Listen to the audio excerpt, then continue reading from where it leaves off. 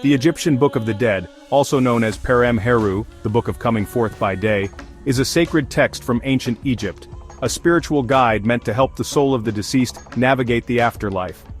Written on papyrus scrolls and placed inside tombs, this book contains a series of spells, incantations and prayers designed to help the soul pass through the underworld and reach the final judgment before Osiris, the god of resurrection.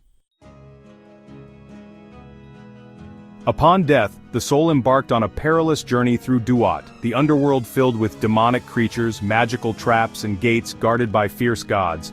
The goal was to reach the Hall of Judgment and stand before Osiris. However, to survive this journey, the soul needed sacred knowledge. The Book of the Dead served as a guide, revealing magical formulas and divine secrets, enabling the soul to avoid dangers and progress safely.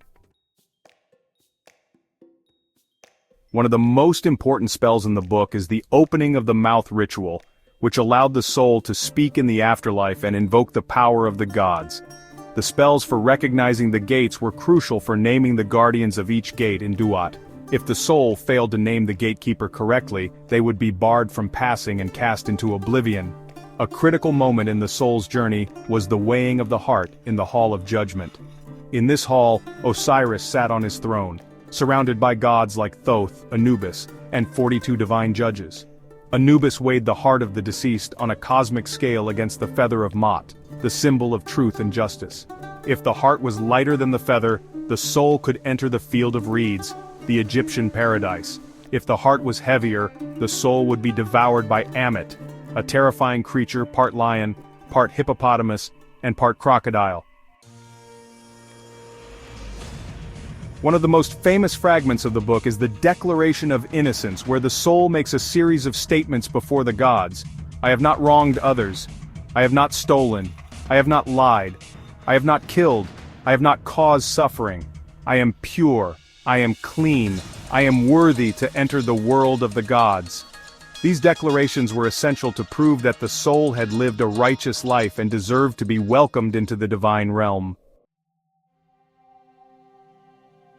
Along the way, the soul encountered strange beings, fiery serpents, lion-headed demons, giant crocodiles, and vengeful spirits.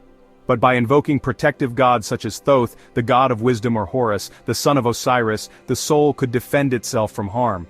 Another important passage describes Osiris as the Lord of the Two Lands, symbolizing the union between life and death. Osiris was killed by his brother Set, but resurrected through the love and magic of his sister Isis. Thus, Osiris became the symbol of resurrection and hope that death is only a passage to a new life. The Egyptian Book of the Dead conveys a profound message. The afterlife is not a random destiny but the result of how one has lived their life on earth. The soul must find its way to the light through knowledge, truth, and courage.